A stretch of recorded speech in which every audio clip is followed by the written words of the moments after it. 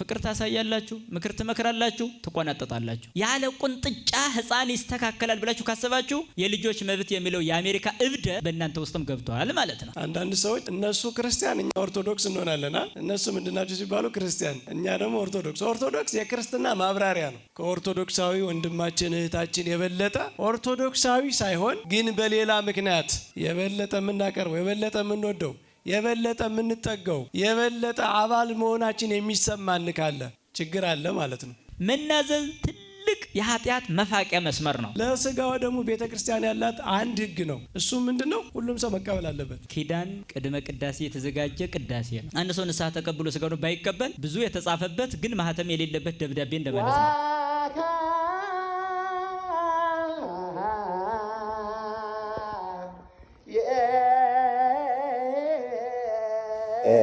በቤተ ክርስቲያናችን በቅዳሴ ላይ ማዕከለኛው ላይ ካህናት ምን ይላሉ? ንጹሕ ያልሆነ ከቁርባኑ አይቀበል ይላሉ። ወደ ቁርባኑ ምን አይበል አይቅረብ ይላሉ። እችን አመክንዮ ብዙ ምዕመናን እንደ አጋጣሚ ተጠቅመው ምን ያደርጋሉ? እኔ ንጹሕ አይደለሁም ወደ ቁርባኑ ልቀርብ ምን አይለኝም ይላሉ። አይገባኝም እያሉ ምን አይነት ትሕትና እንለዋለን? አንዳንድ ጊዜ በጣም የወረደ ትሕትና ማለት ነው። የወረደ ትሕትና እናሳያለን እና ከዚህ አንጻር አባባሉ መሰረታዊ ትርጓሜው ምንድን ነው የሚለውን ንጹሕ ያልሆነ አይቅረብ የሚለው መሰረታዊ ሀሳቡ ምንድን ነው የሚለውን ጥያቄ እንጠይቃለን። ሁለተኛ ላይ ምንድን ነው የምንለው? ብዙዎች ወደ ቅዱስ ሥጋው ወደ ክቡር ደሙ ላለመቅረብ እንደ ምክንያት የሚያነሱት ሀሳብ ምንድን ነው? ከቁርባን በኋላ ስለሚደረጉ ጥንቃቄዎች በጣም አስጨናቂዎች ናቸው። ለምሳሌ ከቆረቡ በኋላ ውሃ ለመንካት፣ ብቻ ለመሆን፣ ወደ ስራ ለመሄድ የሚባሉ የተለያዩ ጥንቃቄዎች አሉ በቤተክርስቲያን ስርዓት። ግን እነዚህ ምክንያቶች ከቁርባን ላለመቅረብ በእውነቱ ተገቢ ናቸው ወይ? ትክክለኛውስ አስተምህሮ ይሄ ነው ወይ? እነዚህስ ምክንያት ይሆናሉ የሚለውን መምህራችን ዲያቆን በረከት አዝመራው እሳቸው ይህን ጥያቄ መልሳሉ። በመጀመሪያው ጥያቄ ላይም የሚጨምሩት ካለ እድሉን እንሰጣለን። እሺ፣ በመጀመሪያው ላይ የሚጨምረው የለኝም። በጣም ከበቂ በላይ መምህራችን ስላሉ ወደ ሶስተኛው ጥያቄ ንጹሕ ያልሆነ ቢኖር ከስጋው ደግሞ አይቅረብ አይቀበል የሚል የቤተ ክርስቲያን አዋጅ አለ እና እንዴት ነው ይህንን ማየት ያለብን? ሰው ንጹሕ መሆን ይችላል ወይ? ምን አይነት ንጽህና ነው የሚጠበቅብን የሚለው በጣም ትልቅ ጥያቄ ነው። እኔም እሞክራለሁ፣ መምህራችንን በደንብ በኋላ ይመጡበታል። በመጀመሪያ የሰው ልጅ ንጽህና አንጻራዊ መሆኑን ማወቅ አለባቸው። ለሰው ልጅ ንጽህና ሁልጊዜ አንጻራዊ ነው። ፍጹም የሆነ ንጽህና ያለው ማን ነው? እግዚአብሔር ብቻ ነው። እንደው ንጹሕ ሁነን በእግዚአብሔር ፊት እንቅረብ ብንል በቸርነቱ ባይሆን ኑሮ እንኳን እኛ ቅዱሳን መላእክት እንኳን በፊቱ መቆም አይችሉም። ስለዚህ በእግዚአብሔር ፊት ንጹሕ ሆኖ መቆም የሚችል ሰው የለም። በመንፈስ ቅዱስ የጠበቃት እናቱ ድንግል ማርያም ብቻ ነች። እንግዲህ በስጋም በነፍስም ምንም እንከን የሌለባት አይደል? መላእክት እንኳን ኃጢአት ሰርተው ተገኝተዋል። ኃጢአት ባይሰሩ እንኳን ከእግዚአብሔር ቅድስና አንጻር ፍጥረት ንጹሕ ነኝ ቅዱስ ነው ብሎ መቆም አይችልም። ለእግዚአብሔር ንጽህና ቅድስና የሚሆን ቅዱስና ሊኖረን አይችልም። በመጀመሪያ ይሄ ለማንም ሰው የሚሰራ ነው። ለእኛም ለቅዱሳኑ ለሁሉም ማለት ነው፣ በምድር ላይ ላለ ሰው ሁሉ። ሁለተኛ ግን የሚጠበቅብን ነገር ደግሞ አለ ማለት ነው። ቤተ ክርስቲያን ይህንን አዋጅ ካወጀች የሚጠበቅብን አንጻራዊም ቢሆን የሚጠበቅብን ንጽህና ግን አለ። ለምን? ለስጋው ደግሞ ክብር እንዲሰራ እንዲያድነን ማለት ነው። ለመዳን እንዲሆነን የሚጠበቅብን ነገር አለ። አንደኛው ምንድነው? ቅድም መምህራችን ደጋግሞ ሲሉት ነበረ። ኃጢአታችን በልባችን መታመን፣ ለንስሐ አባታችን መንገር። በመጀመሪያ በልብ መታመን ክርስቲያን ሁልጊዜ በልቡ ኃጢአተኛ ነኝ፣ ከእግዚአብሔር ክብር አጉድያለሁ፣ በሚገባኝ አልኖርም ብሎ የሚያምን ሰው ነው። ይህንን በዘመናዊው አስተሳሰብ አይወደድም አይደል? እንደዚህ ማሰብ በራስ ላይ ኔጌቲቭ ነገር አትሳል ይላሉ። እንደውም ዲፕሬሽን ያመጣል የሚሉ አሉ አይደል? በቃ ስለ ራስ ጥሩ ጥሩ ብቻ አስብ። ውሸት ያድናል እንዴ? ውሸት ያድናል ሰውን? በእግዚአብሔር ፊት ቅዱሳን አይደለንም፣ ኃጢአተኛ። ይሄ እኮ እውነታ ነው። በሐሰት ራሳችን ብንገለግለው አይረባንም። ግን እኛ በእግዚአብሔር ፊት ኃጢአተኞች ነን፣ በደለኞች ነን ስንል በተስፋ ነው። እግዚአብሔር እንደሚምረን ይቅር እንደሚለን እያወቅን ነው እንጂ በቀቢጸ ተስፋ አይደለም። የቀቢጸ ተስፋ ከሆነ መጥፎ ነው። ሰዎች በቀቢጸ ተስፋ እኔ እኮ አልረባም፣ አልጠቅምም፣ የማልጠቅም ሰው ነኝ ብለው ካመኑ ወደ ድብርት፣ ወደ አእምሮ ሕመም፣ ወደ በሽታ ይሄዳሉ። በተስፋ ግን እግዚአብሔርን መሐሪነቱን ይቅር ባይነቱን በማሰብ ይቅር እንዲለን በማሰብ የምንናገረው ግን ከዚያ በተቃራኒ አእምሯችን የሚያድስ የሚያበረታ ጤና የሚሰጥ ነው። ስለዚህ በዚህ መኖር አለብን። አንደኛ። ሁለተኛ መናገር አለብን፣ መናዘዝ አለብን። ቅድም ይህንታ እንዳሉት። ሶስተኛ ግን ቅድም ነግተና ያለፍነው ነገር አለ። ይቺ ነውረ ህሊና በሐሳቡ ድውይ የሆነ ቢኖር አይቅረብ፣ የህሊና ነውር ያለበት ቢኖር አይቅረብ የምትል ቃል አለች። ቅዳሴ ላይ አይቅረብ የምትል ቃል አለች። ነውረ ህሊና ማለት ምን ማለት ነው? አመፀኝነት ነው፣ ድካም አይደለም። ሰው በድካም ኃጢአት ሊሰራ ይችላል። አመፀኛ ማለት ወስኖ ኃጢአት የሚሰራ ማለት ነው። ወስኖ አውጥቶ አውርዶ ዓመት ቀጥሮ ወር ቀጥሮ ኃጢአት የሚሰራ ሰው አለ። ሳያስበው በስጋ ድካም ወድቆ ኃጢአት ሰርቶ ይነሳል ሰው። ግን እንዲህ አይነት ሰው ካለ ከዚህ ሐሳቡ ሳይወጣ መቁረብ የለበትም። ከዚህ ሐሳቡ ሳይወጣ በእግዚአብሔር ላይ የሚያምጽ ማለት ነው። መርጦ የሚቀበል ቅድም ያልነው ትእዛዛቱን መርጦ የሚቀበል የሚፈልገውን የሚፈጽም የማይፈልገውን የሚተው ይሄ አመፀኛ ነው። ከድካም አይደለም፣ ይሄ ከአመፅ ነው። ሁሉንም ተቀብሎ በድካም ሰው ሊወድቅ ይችላል፣ ንስሐ ይገባል። አመፀኝነት ግን መጥፎ ነው እና አመፀኛ ያልሆነ ሰው ማለት የእግዚአብሔርን ሕግ ይህንን እፈጽማለሁ ይህን አልፈጽምም የማይል እሳት በላይ ላይ አመፀን እያሉ ነው። ይንታ አማጽያን ለሆኑ ሰዎች ነው ስጋው ደግሞ የተባለው እንደዚህ ለአማጽያን የሚያቃጥል እሳት ነው። ለአመፀኞች ማለት ለእግዚአብሔር የማይታዘዙ ትዕቢተኛ ሰዎች፣ አመፀኛ ሰዎች እንደሱ ነን። እንደኛ እንደሱ ከሆነ አንቅረብ። እንደሱ ካልሆን ግን የእግዚአብሔርን ትእዛዛት ተቀብለን በልባችን በድካም ምክንያት ኃጢአት በመጀመሪያ ኃጢአት ለመስራት አንዘጋጅ። ፕሮግራም አናውጣ፣ እቅድ አናውጣ። ሁልጊዜ አእምሯችን በእግዚአብሔር ትእዛዝ አቀንተን እንኑር። ግን ከድካም የተነሳ ብንወድቅ እንነሳለን። የመነሻው መንገድ ተሰጥቶናል። ንስሐ መግባት ነው። በቃ እዚያ በኋላ ለስጋው ደግሞ በቂ ነን። ደካማ ነኝ፣ ኃጢአተኛ ነኝ፣ በድያለሁ ያለ ሰው ለስጋው ደግሞ በቂ ነው። ለምን? ስጋው ደግሞ ጸጋ ስለሆነ መዳኛ ስለሆነ። ስጋው ደግሞ ቅዱስ ለሆኑ ሰዎች ሽልማት አይደለም። ለበቁ ለነቁ ሰዎች ሽልማት አይደለም። ለበቁ ለነቁ ሰዎች ሽልማት እኮ መንግስተ ሰማያት ነች። ለበቁ ለነቁ ሰዎች ሽልማት ሳይሆን ሰዎች እንዲበቁ እንዲነቁ የሚያደርግ ነው። ስለዚህ ከድካማችን ራሱ የሚያድነን ነው። ኃጢአትን ታግለን ወጥተን ወርደን ለመስራት ሳንፈልግ እንኳን የሚጥለናል አንዳንዴ። ስጋው ደግሞ ስንቀበል ግን ኃይል ይሰጠናል፣ እንድንበረታ ያደርገናል፣ ኃጢአትን እንድንጠላ ያደርገናል፣ እንድንጸየፈው ያደርገናል። ቀድሞ እየታገልን የምንድነውን ሳንታገል እንድንድን ያደርገናል። ለምን? በውስጡ የእግዚአብሔር ኃይል የክርስቶስ ያደረበት ሰው ክፋት ይጸየፋል። ስለዚህ ኃይል የሚሰጠን ነው።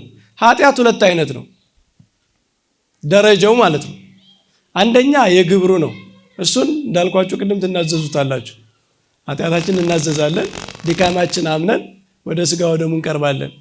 ግን ኃጢአት ኃይልም ነው። ኃጢአት በውስጣችን ያለ ኃይል ነው። ሰዎች እንደዚያ ሲሉ ሰምታችሁ አታውቁም? ይሄን ነገር ለማድረግ እደክማለሁ፣ አልችልም፣ እጥራለሁ፣ አልችልም፣ ላለመዋሸት እሞክራለሁ፣ በሚቀጥለው ቀን ዋሻለሁ፣ ላለመዘሞት እጥራለሁ፣ ግን ከደቂቃ በኋላ እወድቃለሁ። ምንድን ነው? ኃጢአት ኃይል ነው፣ ከባድ ነው።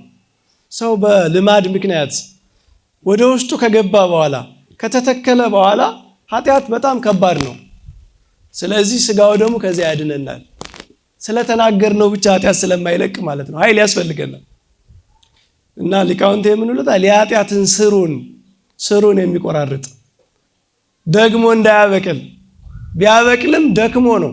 ከዚያ በኋላ ደክሞ በፊት በነበረው ኃይል አይታገለንም። ስለዚህ የኃጢአትን ኃይል ለስርየተ ኃጢአት ሲባል ብዙ ጊዜ የሚጠየቅ ጥያቄ አለ። ሥጋው ደግሞ ለስርየተ ኃጢአት ከሆነ ለምን ንስሐ እንገባለን? ቀድሞ ንስሐችን ስርየተ ኃጢአት አላስገኘም ወይ?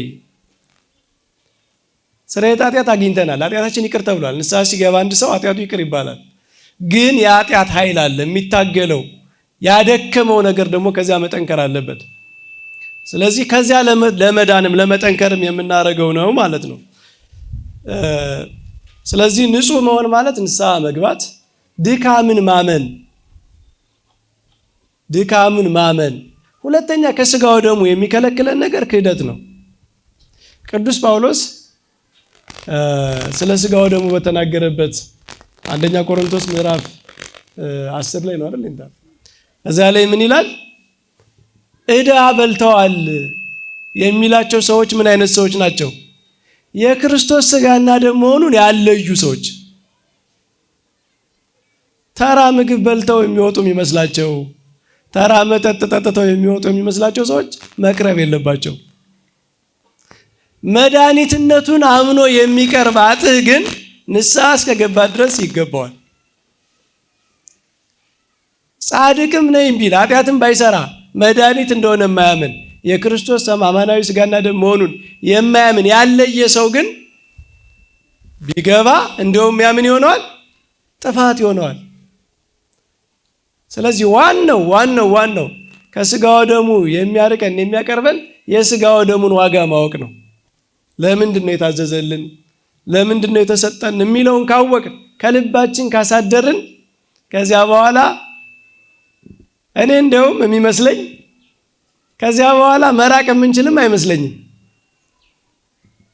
አንድ ሰው የሥጋው ደሙን ጥቅም በሚገባ ተረድቶ በሕይወቱ ደግሞ ቀምሶ ሥጋው ደሙ ስትቀበሉ የሚሰማችሁ ቅድስና ንጽህና የለም እንዴ?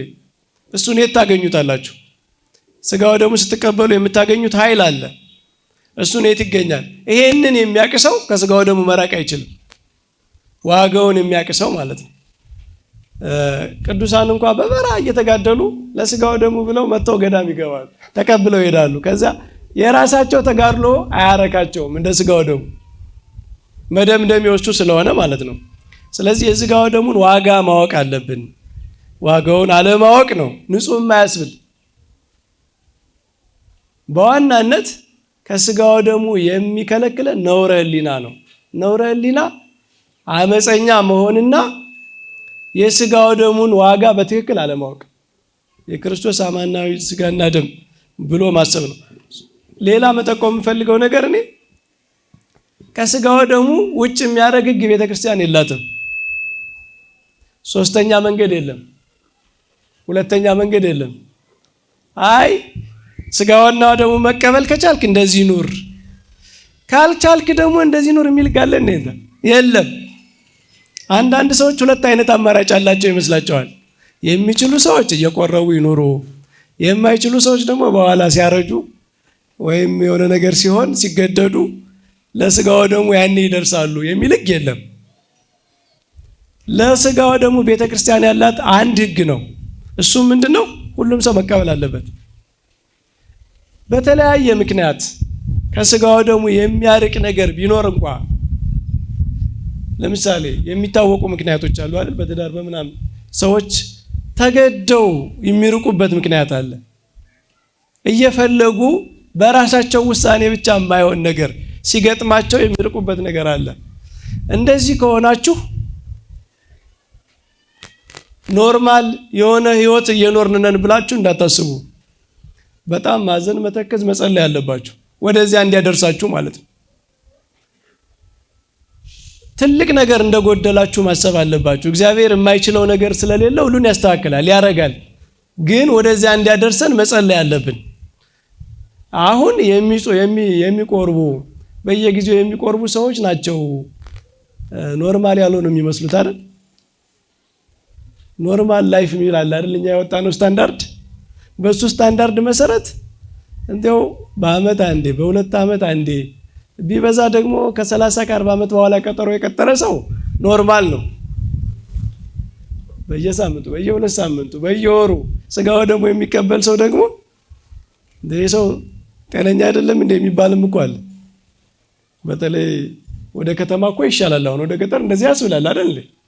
ይሄንን ጌት ነው ያመጣ ነው። ይሄ ህግ ቀድሞ በግራኝ አህመድ ዘመን ነው እንግዲህ በታሪክ እንደሰማ ነው ቤተክርስቲያን ውስጥ እንደዚህ አይነት ህይወት የገባው በግራኝ አህመድ ዘመን ካህናት አልቀው የሚያቆርብ ጠፍቶ ነው። ከዚያ በኋላ ሰው የለመደውን ህይወት እንደ ኖርማል አድርጎት ቀጠለ ማለት ነው። በአብያተ ክርስቲያናት እንደዚህ አይደለም። በግብጽ ቤተክርስቲያን፣ በህንድ በሌሎች አብያተ ክርስቲያናት ብትሄዱ ከቤተ ክርስቲያን ከገባው ውስጥ አብዛኛው ሰው የተለየ ችግር የሌለባቸው ሰዎች ካልሆኑ ይቆርባሉ። አያስመካም ደግሞ መቁረብ አያስመካም። ስጦታ ያስመካል እንዴ? መቁረብ ጻድቅ አያስብልም። የተሰጠን ነገር አያስመካም። የሚያስመካ ካስመካ እኛ የምንሰራው ስራ ነው። ስለዚህ ለመቀበል እንደው የተለየ የቅድስና ማዕረግ ላይ የደረስ ወይ እሱን መንጠበቅ የለብንም። የሚቀበሉ ሰዎችንም እንደዚያ ማሰብ የለብንም። እንደዚያ የምናሸማቀቃቸው ሰዎች ስላሉ ማለት ነው። አንተ መነኩሴ ነህ፣ አንተ ቅዱስ ነህ፣ እንደዚህ በየጊዜው የምትቀበል አባ ከሌ በአመት አንድ ጊዜ በሁለት አመት አንድ አይደል የሚቀበሉ እያልን ሌላ ሰው ጋር የምናነጻጽረው ጥሩ አይደለም። መቁረብ ከእግዚአብሔር የተሰጠ ስጦታ ነው። ከዚያ በኋላ እኛ የምንሰራው ስራ ያለያየናል። የኛ ቅድስና ሊለያይ ይችላል። በስጋው ደግሞ ግን የሚለያይ ሰው የለም። ለስጋው ደግሞ የሚለያይ ሰው የለም። ለሁሉም የተሰጠ ጸጋ ነው። ስለዚህ ንጹህ ጠቅለል ለማድረግ ንጹህ የሚለው አንጻራዊ ነው። የምንችለውን ነገር ነው። እግዚአብሔር የማንችለውን ነገር ከሰው ጠብቆ አያውቅም። የምትችሉትን አርጉ። የምትችሉት አይደል? የምትችሉት ነገር ምንድን ነው? በልብ ትሁት ሆኖ ማሰብ፣ ኃጢአት ሰርቻለሁ ብሎ ማሰብ፣ ካህን እስካልጠፋ ድረስ መናዘዝ። ከዚያ ውጭ ምን ተጠየቅን? ከዚያ በላይ ሰዎች የሚጭኑት ነገር ካለ እሱን ተውት። እንደ ጸሐፍት እንደ ፈሪሳውያን ሰዎች የሚጭኑት ነገር አለ። መድኃኒት ነው ብሎ ማመን፣ ንስሐ መግባት በቂ ነው። የኃጢአት ፕሮግራም አለማውጣት። ከዚያ በኋላ ንስሐ ገብቼ ቆርቤ ኃጢአት ብሰራስ? ይሄ እኮ የእምነት መጉደል ነው። ይሄ እምነት መጉደል ነው። ኃጢአት ከመስራት ያድነናል ብለን መስሎኝ የምንቀበለው ኃይል ይሆነናል ብለናል እንደምንቀበለው ኃይል ይሆነናል ብለን ከተቀበልን እግዚአብሔር በቸርነቱ እንደሚጠብቀን ማመን አለብን።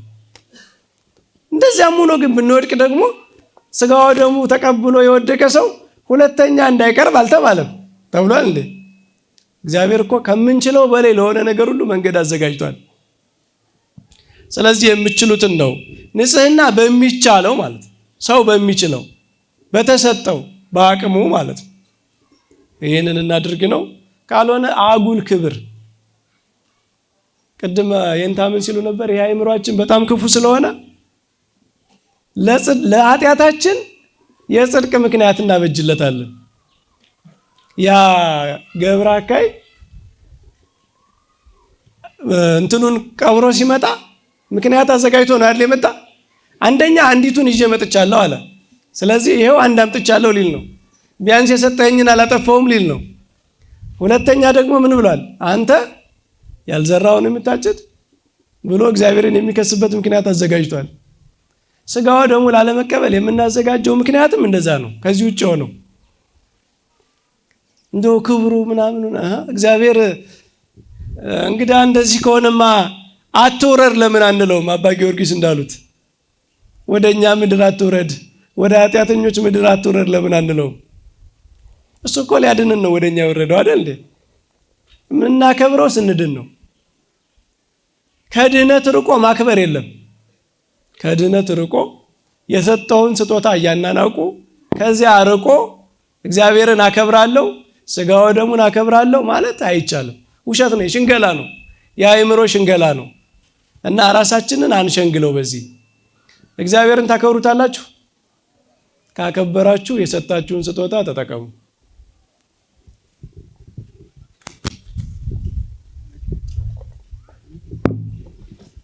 የኔታ ደግሞ ትንሽ ይጨምሩና ሰዓታችንም ስላለቀ ድካምም እየመጣ ስለሆነ ወደ ምሳ ነው የምንሄደው። ቀጥሎ ግን አሁን ላይ በተነሳው ጥያቄ ላይ የኔታ ትንሽ ይጨምሩ። ለመምህራችን ቃለ ሕይወት ያሰማልን።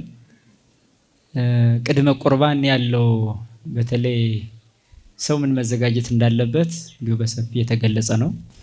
አሁንም ጊዜ ቁርባንም ላይ ደግሞ ተራችንን ጠብቆ መቀበል ላይ ደግሞ ራስን የቻለ ጊዜ አለ። ከቅዳሴው በፊት መገኘት፣ ኪዳኑን ማስደረስ ላይ ብዙ ሰው ይሰንፋል። ኪዳን ቅድመ ቅዳሴ የተዘጋጀ ቅዳሴ ነው። ሊቃውንት በማህሌት ካህናት በሰዓታት ሲያመሰግኑ ያድራሉ። ተመሳሳይ ነው ዝማሬው። በሰዓታቱ ቅዱስ ቅዱስ ይላሉ፣ በማህሌቱ ስቡህ ወወዱስ ይላሉ። ትርጉሙ ግን ቅዱስም ምስጋና ነው፣ ስቡህም ምስጋና ነው። ለእግዚአብሔር ምስጋና ያቀርባሉ ሁሉም በችሎታቸው። ከዚያው በኋላ መገናኛችን ኪዳን ነው። ወደ ቅዳሴው እንዘጋጃለን ማለት ነው። ስለዚህ ኪዳን ላይ ቀድሞ መድረስ የአንድ ቆራቢ ትክክለኛ ኃላፊነት የወሰደ ሰው መለያ ነው። ኪዳን የሰዓታቱም የማህሌቱም ጸሎት አልቆ ምንዋሃድበት ምንገናኝበት ነው። ከዛ ከኪዳኑ ቀጥታ ወዴት እንገባለን ማለት ነው? ወደ ቅዳሴው እንሻገራለን ማለት ነው። ቅዳሴው አሁን የጸሎታት ሁሉ መደምደሚያ ነው ማለት ነው። የድካማችን ሁሉ ፍሬ የምንሰበስብበት ትልቁ ጸሎት ቅዳሴ ነው። ስለዚህ ቅዳሴን በተመለከተ ብዙ ሰዎች እንደ ቀላል ይቆጥሩታል። ቅዳሴ ግን የጸሎት ሁሉ ቁንጮ ነው። የጸሎት ሁሉ መደምደሚያ ነው። ስለዚህ በዛ ቅዳሴ ላይ የሚቆርቡ ጸሎተ ንስሐ ይደገምላቸዋል። ቅድም በመምህራችን ሲናገረን የነበረው መናዘዝ ንስሐ መግባት አለ አይደል? ሰውየው ተዘጋጅቶ ነው ወደ ቤተ ክርስቲያን የሚመጣው ንስሐ ገብቶ ሊቀበል። ነገር ግን ንስሐ ተቀብሎ እስኪጨርስ ያለበት ጊዜ በራሱ በህሊናዊ ኃጢአት የሚፈተንበት ጊዜ ሊኖር እንደሚችል ቤተ ክርስቲያን ታውቃለች። ታዲያ ለዚህ ምን ተዘጋጀ? ጸሎተ ንስሐ የሚባል ቅዳሴ ስንገባ ቀጥታ ገባሬ ሰናዩ ካህን እንዲያነብ ይደረጋል። ቆራቢው ሁሉ ወድቆ ያስደግማል። ለምን? ከንስሐ አባቴ ጋር ተገናኝቼ ኃጢአት ተናዝዤ ከዛ በኋላ ደግሞ በአእምሮዬ ብዙ ተፈትኜ ሊሆን ይችላል ወደ ስጋው ደግሞ እንድቀርብ እያቀረበኝ ነው ማለት ነው። ይሄ ጸሎተ ንስሐ የሚባል ይደገማል። በዛ ኃጢአት የሚሰረይበት አለ። ከዛ ደግሞ ቀጥ ብለን መቆም ነው በቅዳሴው ሰዓት። ምናልባት የተፈቀደላቸው እንኳ 3 አካላት ናቸው፣ ለመቀመጥም ለመተኛትም ከፈለጉ። አንደኛ መቆም የማይችሉ ህፃናት ካሉ ቁሙ ተብሎ አይገደዱም። ሁለተኛ በሽተኛ መቆም የማይችል ካለ እንዲቆም አይገደድም። ሶስተኛ ሽማግሌ መቆም የማይችል ካለ እንዲቆም አይገደድም። ከዛ በኋላ ያለው ሰው ግን ለወሬ 3 ሰዓት መቆም የሚችል በቅዳሴ ሰዓት ደከመኝ የሚል ምክንያት አይሰጠውም። ለስራ ሲሆን ብዙ ሰዓት የምንቆም፣ ለቅዳሴ ሲሆን ግን አይመቸኝም የምንል ከሆነ ለመዳን ራሳችን አላዘጋጀንም። ስለዚህ ቀጥ ብለን እንቆማለን። አሁንም ቅዳሴ መሃል ብዙ ፈተና ይመጣል። ምን የሚል? ወደ ስጋዊው ዓለም እንድንራመድ ብዙ የአእምሮ መፈተን ይታይብናል። ከዛ ቅዳሴው እያለቀ በሄደ ቁጥር ወዴት እንደርሳለን? ስግዱ ለእግዚአብሔር በፍርሃት እንባላለን። በዚህ ሰዓት ስግዱ ተብለን መጨረሻ ላይ ስንሰግድ አሁንም ጸሎተ ንስሐ ይደገማል። ለምን? በቅዳሴው መሃል ዲያቆኑ እየቀሰቀሰ እንኳን እንተኛለን። እየቀሰቀሰ እንኳን ማለት ነው ለጸሎት ተነሱ። ከዛ ወዲያው አቤቱ ይቅር በለን እንላለን። ለምንድን ነው? ይሄ ንቃተ ህሊና ነው። ለስጋው ደግሞ የሚገባ ህሊና እንዲኖረን ነው እያነቃቃን ያለው ዲያቆኑ ማለት ነው። ተነሱ ተነሱ ተነሱ ይላል፣ ይቀሰቅሳል። ከዛኛ ደግሞ ይቅር በለን ይላል። ካህኑ ደግሞ ምን ይላል? ሰላም ከእናንተ ጋር ይሁን ይላል። እንደ ቃልህ ይደረግልን እንላለን። በተስፋ እንቀጥላለን። ከዚያ በኋላ ወደ መጨረሻውም ግን ያም ሆኖ ስለምንሰረቅ ቀጥታ ከዚህ መመለሻችን ጸሎተ ንስሐ የሚባል ይደገማል። ከዚያ በኋላ በጣም የሚገርመው እኛ ተዘጋጀናል፣ ደከምናል፣ ምንም አለ ጌታ ሆይ አንተ ማረን፣ ለስጋው ደግሞ ሀብቃን ለማለት እግዚኦ መሐረን የሚባል ትልቅ ጸሎት ይመጣል።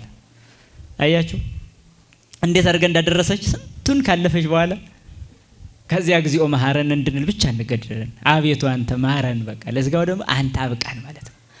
እና ሰው በራሱ ተመክቶ ተዘጋጅቶ ራሱ ለስጋው ደግሞ ላይ በቃ ይችላል። ለስጋው ደግሞ የሚበቃበት ስልጣን ያለው ሰው የለም። ለዚህ ነው አባ መቃርስ ለ4 ቀን ያክል ጦም አደረ ለመቀበል። ለ4 ቀን ያክል ጌታ ህሊናውን አውቆበታል። መቃርስ ሆይ ምን እያደረክ ነው አለው። ጌታዬ ሆይ ስጋና ደምህን ልቀበል ብዬ ለመብቃት ነው ይሄን ያህል ምጾመው አለ። አይ መቃርስ እንኳን 4 ቀን 40 ቀን ጾም ብትውል ብታድርም እኮ ለስጋዬና ለደሜ አትበቃም። እኔ በቸርነቴ ነው የምሰጥህ፣ በቸርነቴ ነው የምሰጥህ። ይሄን መዘንጋት የለብንም። ሁል ጊዜ የራሳችን ዝግጅት ብቻ በቂ አድርጎኛል ብለን የምናስብ እንዳንሆን መጠንቀቅ። ስለዚህ በቸርነቱ የሚሰጠን ጸጋ መሆኑን አስበን ግን መደሰት። የሚገርም እኮ ነው። በኃጢአታችን እያለቀስን በቸርነቱ ደግሞ እንደሰታለን፣ በተስፋ እንደሰታለን። ይሄ ነው እና ከዛ በኋላ እግዚኦ መሐረነ ብለን ጊዜው ይደርሳል። እሱ ካለቀ በኋላ ሃይማኖተ አበው የሚባል መጽሐፍ አለ። ምስጢረ ስጋዌን፣ ምስጢረ ስላሴን፣ ምስጢረ ቁርባንን፣ ምስጢረ ጥምቀትን መሰረት አድርጎ ነው የሚናገረው። ስለዚህ በአንድነት በሶስትነት አምናለሁ።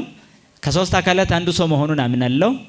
ሰው የሆነው እርሱ ደግሞ ለራሱን መስዋዕት አድርጎ ለኔ እንደሰጠኝ አምናለሁ ማለት ያክል ነው። በዛ ውስጥ ያለው ትምህርት ማለት ነው። እሱን እንሰማለን። ወዲያው ሌላ ሐሳብ ውስጥ እንዳንገባ እኮ ነው ይሄን ያህል ስራ የምትሰጠን ቤተክርስቲያን። አስባችኋል? ወደ ስጋው ለመቅረብ ወደ ሌላ ሐሳብ እንዳንሄድ ማለት ነው። ሃይማኖተ አበው ይነበብና በጣም የሚገርመው እንደገና እግዚኦ ይባላል። ይቅር በለን እንላለን። ስለ እናትህ ስለ ድንግል ማርያም ይቅር በለን። ከሷ የተገኘ ስጋ ነዋ፣ መለኮታዊ ስለሆነ የምንቀበለው ህይወት የሚሆነን። ከዛ ቀጥታ በተራ ጳጳሳት፣ ካህናት፣ ዲያቆናት፣ ምእመናን እየሆነ በተራ ይቀርባል ማለት ነው። ስለዚህ በምንቀበልበት ሰዓት መገፋፋት፣ እኔ ልቅደም ብሎ መሸማማት አያስፈልግም። ጥንቁቅ መሆን ያስፈልጋል። አለ ቤተክርስቲያን ያዘጋጀችው የራሷ ስርዓት ቤተክርስቲያን፣ እሱን መጠቀም።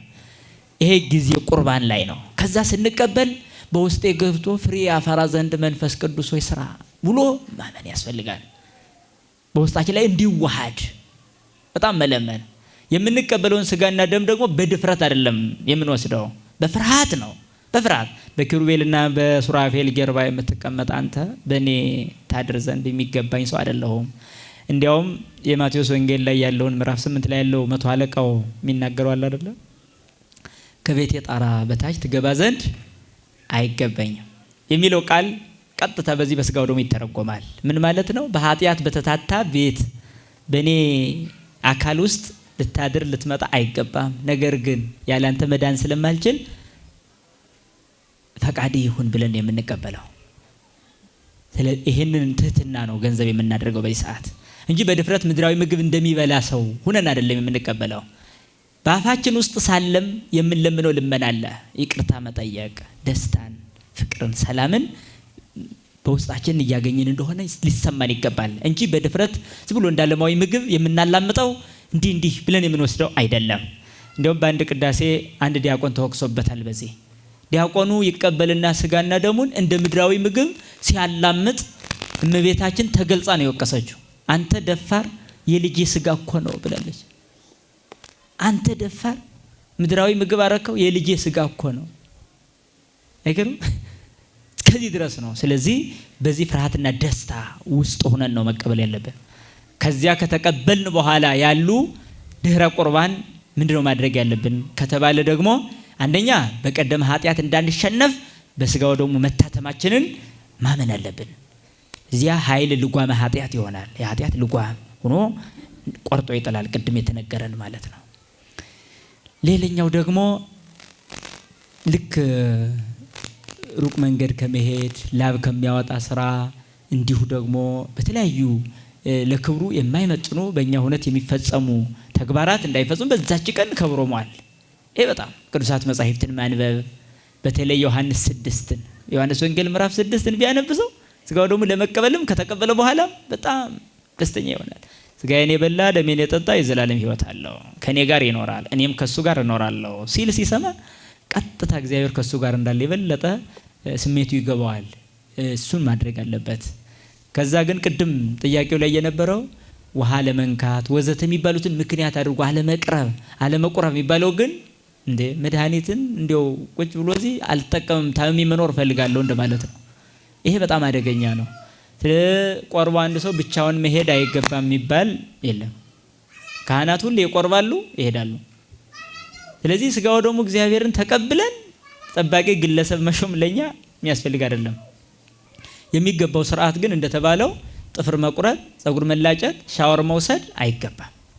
ስለዚህ ይሄንን ነው የሰው ልጅ ለመዳን የታዘዘውን ነገር ቅድመ ቁርባን፣ ጊዜ ቁርባን፣ ድህረ ቁርባን መፈጸም አለበት ማለት ነው እንጂ ቅድም ሲባል እንደነበረው ንስሐ ከገባሁ ባልቀበልስ ምን ያደርግልኛል ማለት ግን አንድ ሰው መንገድ ውሎ ርቦት መጥቶ ደክሞት ከምግብና ከሻወር የትኛውን ቀድሞ ይወስዳል?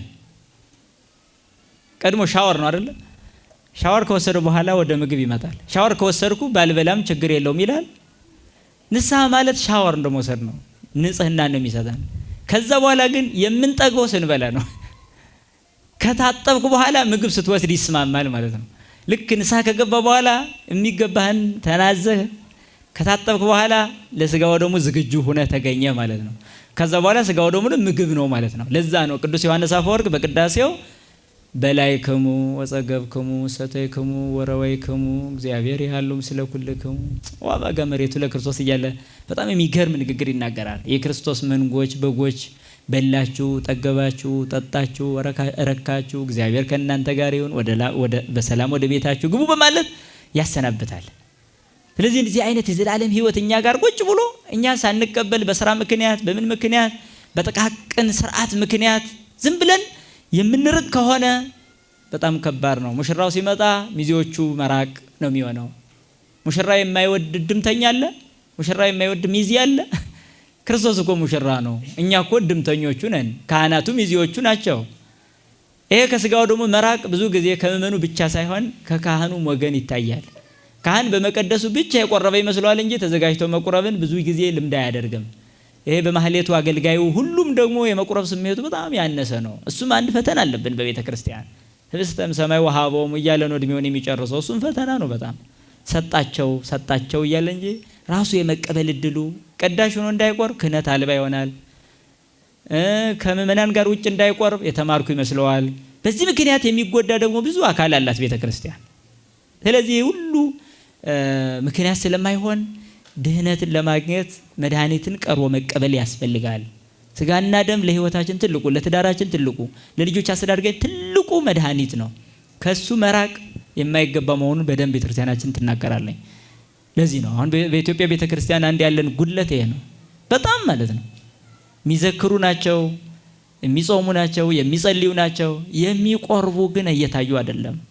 ይሄ ትልቅ ክፍተት ነው ማለት ነው። ከዓለም ጋር የምንፋለመው ይሄንን መድኃኒት ይዘን ነው እንጂ ከነሱ በምን እንሻላለን ታዲያ? መድኃኒቱ ከሌለን በምን እንሻላለን? ምንም።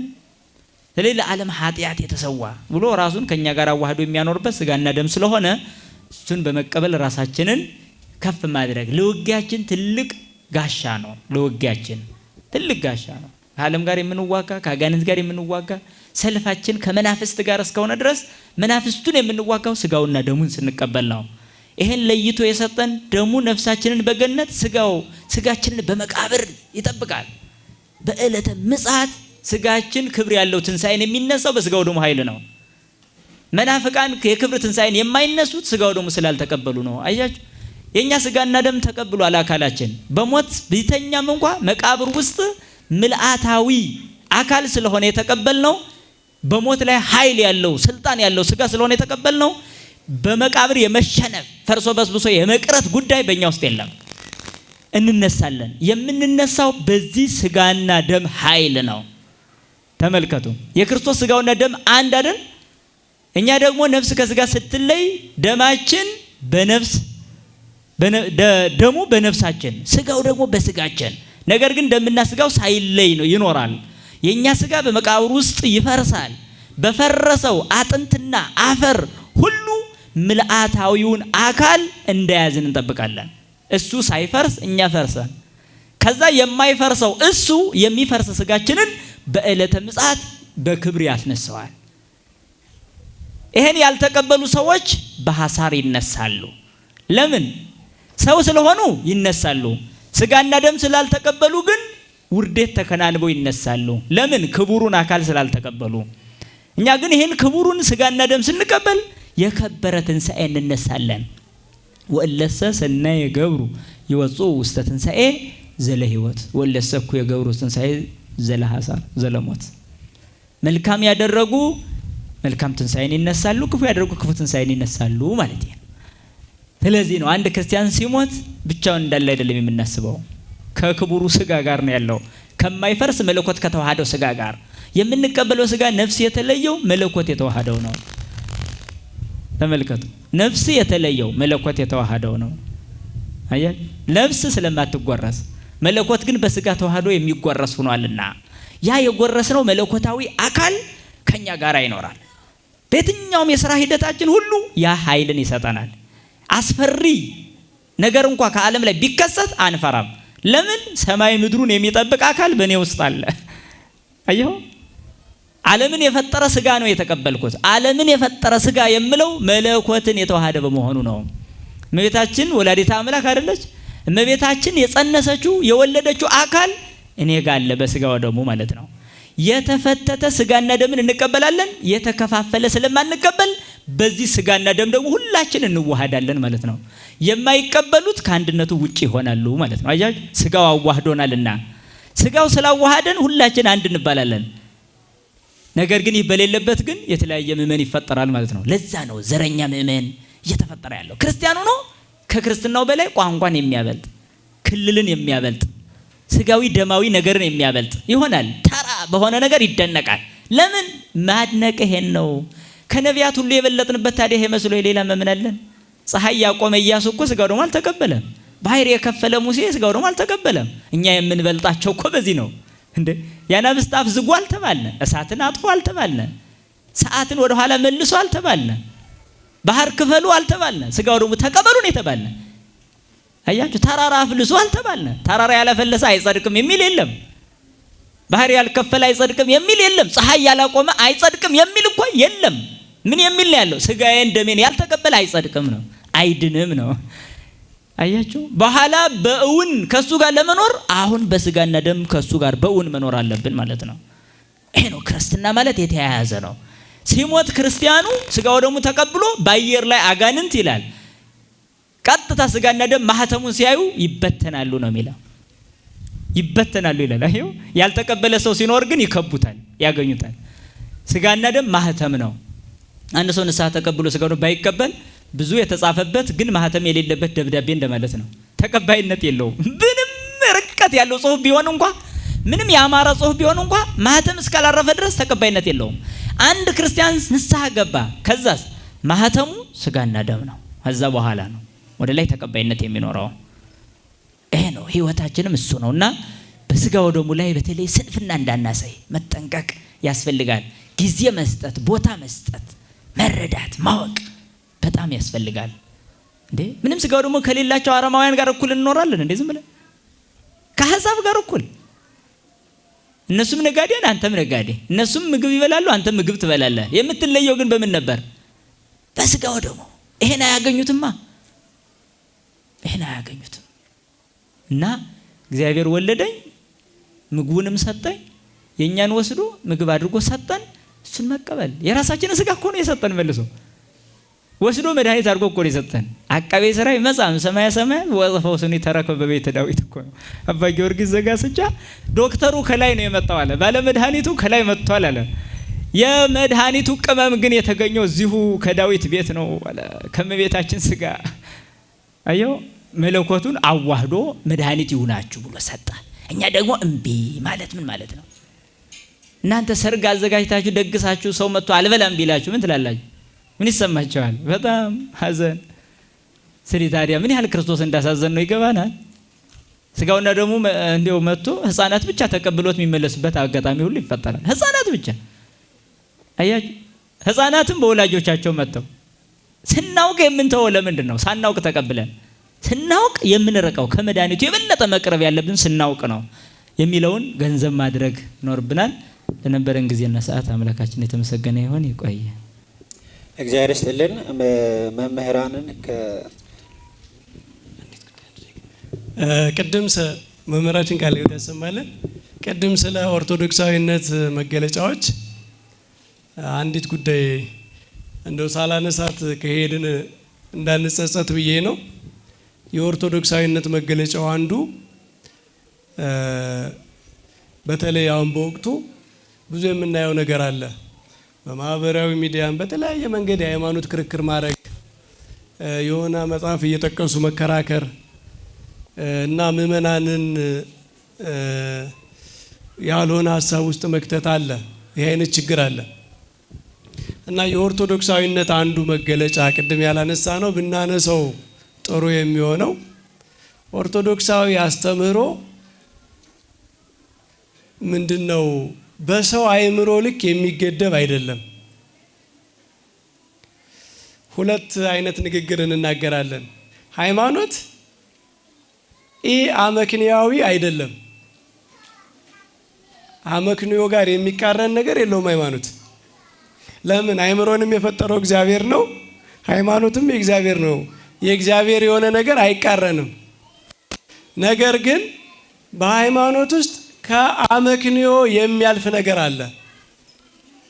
በአመክንዮ የማይወሰን የማይከተት ከዚያ ከፍ የሚል ነገር አለ። ለዛ ነው እኮ ሚስጥር የምንለው አይደል? ሚስጥረ ሥላሴ፣ ሚስጥረ ሥጋዌ፣ ሚስጥረ ቁርባን ሚስጥር እያልን የምንቀጽለው ለምንድን ነው? የማይነገር ስለሆነ ነው? አይደለም፣ እየተናገርነው ነው። ለምንድን ነው ሚስጥር የሚባለው? የማይነገር ስለሆነ አይደለም። ከምዕመናን የሚደበቅ ሚስጥር ቤተክርስቲያን የላትም።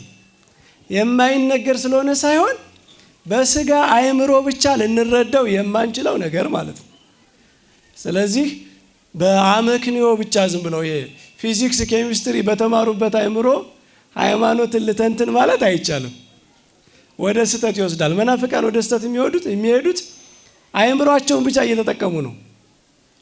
ከአእምሮ ያለፈ ነገር መኖሩን ማወቅ አለባችሁ። እና ክርክር ሲፈጠር፣ ጭቅጭቅ ሲፈጠር በተለይ ምዕመናን የቤተ ክርስቲያን ያስተምሮ ችግር ጉድለት ያለ እንዳይመስላችሁ።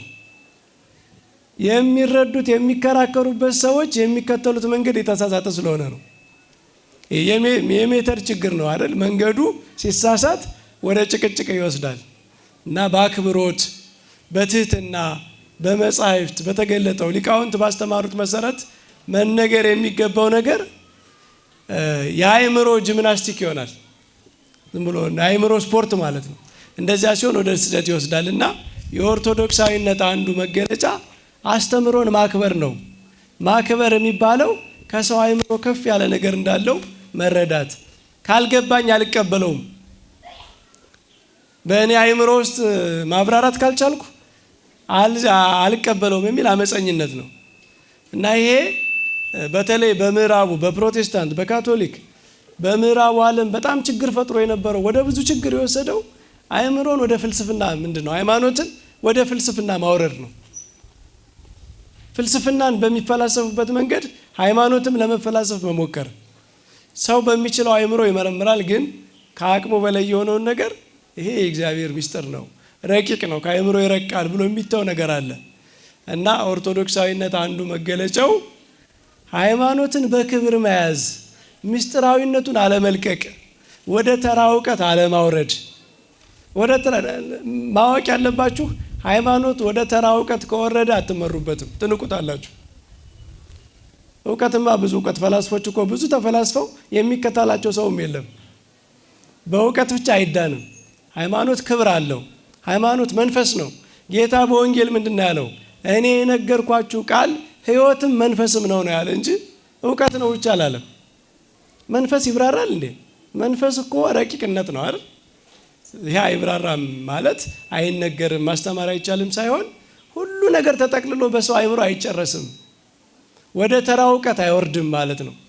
ስለዚህ ወደ ተራ እውቀት አውርደው ለራሳቸውም ችግር ሲፈጥሩ ለሰውም ችግር ሲፈጥሩ ስታዩ እናንተ እንዳትሸበሩ ነው። ሃይማኖታችን ከዚህ ከፍ ያለ ነው ለማለት ነው። እግዚአብሔር ይስጥልን መምህራችን። ቀደም ብሎ በተነሳው ጥያቄ ላይም እንግዲህ ስለ ቅዱስ ሥጋውና ክቡር ደሙ ምክንያት አለን፣ ላለመቅረብ ምክንያት አለን። መምህራኖቻችን እንዳስረዱ ሰርግ ቤት ተጠርተን አጊጠን ለብሰን ሄደን ቁጭ በሉ ብሉ ስንባል አይ አንበላም አሁን በልተን ነው የመጣ ነው ብለን ምክንያት መስጠት እንችላለን። እኛ የምናቀርባቸው ምክንያቶች አሁን እንደዛ ናቸው። ስለዚህ መምህራኖቻችንም ያስረዱን አስረግጠው የነገሩን ነገር ይህን ነው የሚያስረዳውና ከዚህ ክቡር ሥጋ ከዚህ ክቡር ደም ደግሞ ያልተሳተፈ እዳው መከራው ምን ያህል እንደሆነ መምህር መዝገበ ቃል በሚገባ አስረድተዋል። ይህንንና ቀደም ብለን የጠየቅናቸውንም ጥያቄዎች በሚገባ በቤተ ክርስቲያን አስተምሮ በጥዑም ቃል ለመለሱልን፣ ላስተማሩን፣ ለገሰጹን ለመምህራችን ለመምህር መዝገበ ቃል ገብረ ሕይወት እንደዚሁም ደግሞ ለዲያቆን አዝመራው ለዲያቆን በረከት አዝመራው እግዚአብሔር አምላካችን ቃለ ሕይወትን ያሰማልን፣ ቃለ ሕይወትን ያሰማልን፣ ረጅም የአገልግሎት እድሜን ይጨምርልን። እግዚአብሔር አምላካችን ደግሞ ከዚህ በላይ የሚያገለግሉበትን እድሜ ያድልልን። ለነበረን ጊዜ እግዚአብሔር አምላካችን ስሙ የተመሰገነ ይሁን። ወስብሐት ለእግዚአብሔር።